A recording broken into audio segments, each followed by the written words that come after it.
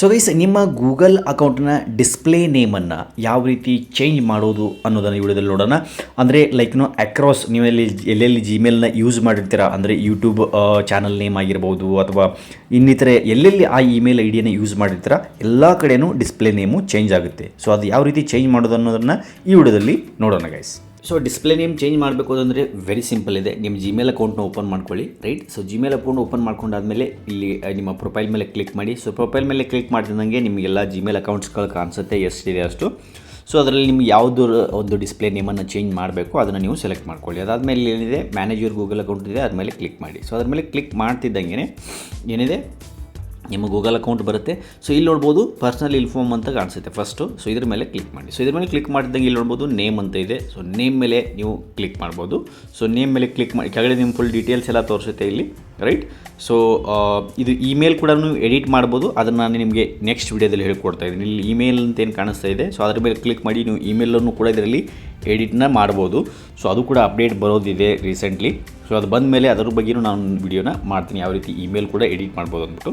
So ಇದರಲ್ಲಿ ನೀವು display ನೇಮನ್ನು ಯಾವ ರೀತಿ ಚೇಂಜ್ ಮಾಡ್ಬೋದು ಅಂದರೆ ನೇಮ್ ಅಂತ ಏನು ಕಾಣಿಸುತ್ತೆ ಅದ್ರ ಮೇಲೆ ಕ್ಲಿಕ್ ಮಾಡಿ. ಸೊ ನೇಮ್ ಅಂತ ಕ್ಲಿಕ್ ಮಾಡಾದಮೇಲೆ ಇಲ್ಲಿ ನೋಡ್ಬೋದು ನೇಮ್ ಅಂತ ಬರುತ್ತೆ. ಅದಾದಮೇಲೆ ನಿಕ್ ನೇಮು, ಸೋಷಿಯಲ್ ನೇಮ್, ಎಲ್ಲ ಡಿಸ್ಪ್ಲೇ ನೇಮ್ ಅಂತ ಬರುತ್ತೆ. ಡಿಸ್ಪ್ಲೇ ನೇಮ್ನ ನೀವು ಅಲ್ಲಿ ಕ್ಲಿಕ್ ಮಾಡಿ. ಅದಾದಮೇಲೆ ನಿಮಗೆ ನೀವು ಲಾಕ್ ಹಾಕಿದರೆ ಲಾಕ್ ಕೇಳಿಸುತ್ತೆ, ಇಲ್ಲ ಪಿನ್ ಹಾಕಿದರೆ ಪ್ಯಾಟರ್ನ್ ಹಾಕುತ್ತೆ, ಪ್ಯಾಟರ್ನ್ ಓಪನ್ ಮಾಡ್ಕೊಳ್ಳಿ.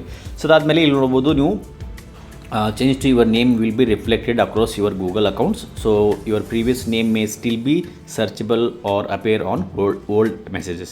ಸೊ ಅಂದರೆ ಇದೆಲ್ಲ ನೀವು ಏನು ಚೇಂಜ್ ಮಾಡ್ತೀರಾ ಇದರಲ್ಲಿ ನೀವು ಎಲ್ಲ ನಿಮ್ಮ ಒಂದು ಇಮೇಲ್ ಅಕೌಂಟನ್ನು ಯಾವ ಗೂಗಲ್ ಅಕೌಂಟ್ಗಳಿಗೆ ಅಥವಾ ಯೂಟ್ಯೂಬ್ಗೆ ಎಲ್ಲೆಲ್ಲಿ ನೀವು ಅದನ್ನು ಯೂಸ್ ಮಾಡಿರ್ತೀರ, ಇನ್ಸ್ಟಾಗ್ರಾಮ್ಗೆ, ಸೊ ಅದೆಲ್ಲೂ ಕೂಡ ಇದೇ ಸೇಮ್ ಒಂದು ಡಿಸ್ಪ್ಲೇ ನೇಮ್ ಏನಿರುತ್ತೆ ಅದು ಅಪಿಯರ್ ಆಗೋಕ್ಕೆ ಸ್ಟಾರ್ಟ್ ಆಗುತ್ತೆ, ರೈಟ್.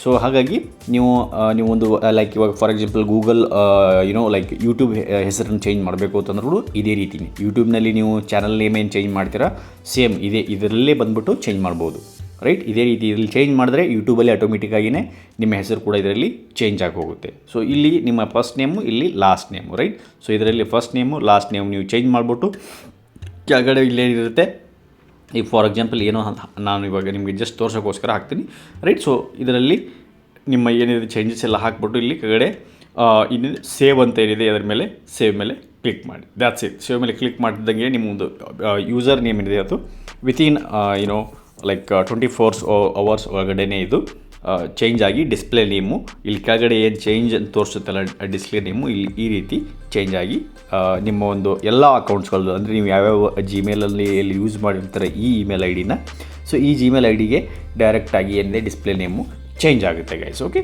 ಸೊ ಐ ಹೋಪ್ ಈ ಒಂದು ಚಿಕ್ಕ ಇನ್ಫಾರ್ಮೇಷನ್ ನಿಮಗೆ ಇಷ್ಟ ಆಗಿದೆ ಅನ್ಕೋತೀನಿ. ಇಷ್ಟ ಆಗಿದ್ರೆ hit the like button, share the video, and ಇನ್ನೇನಾದರೂ ಇದ್ರ ಬಗ್ಗೆ ಕ್ವಶನ್ಸ್ಗಳಿದ್ರೆ ವಿಡಿಯೋದ ಕೆಳಗಡೆ ಕಮೆಂಟನ್ನು ಮಾಡ್ಬೋದು ಗೈಸ್.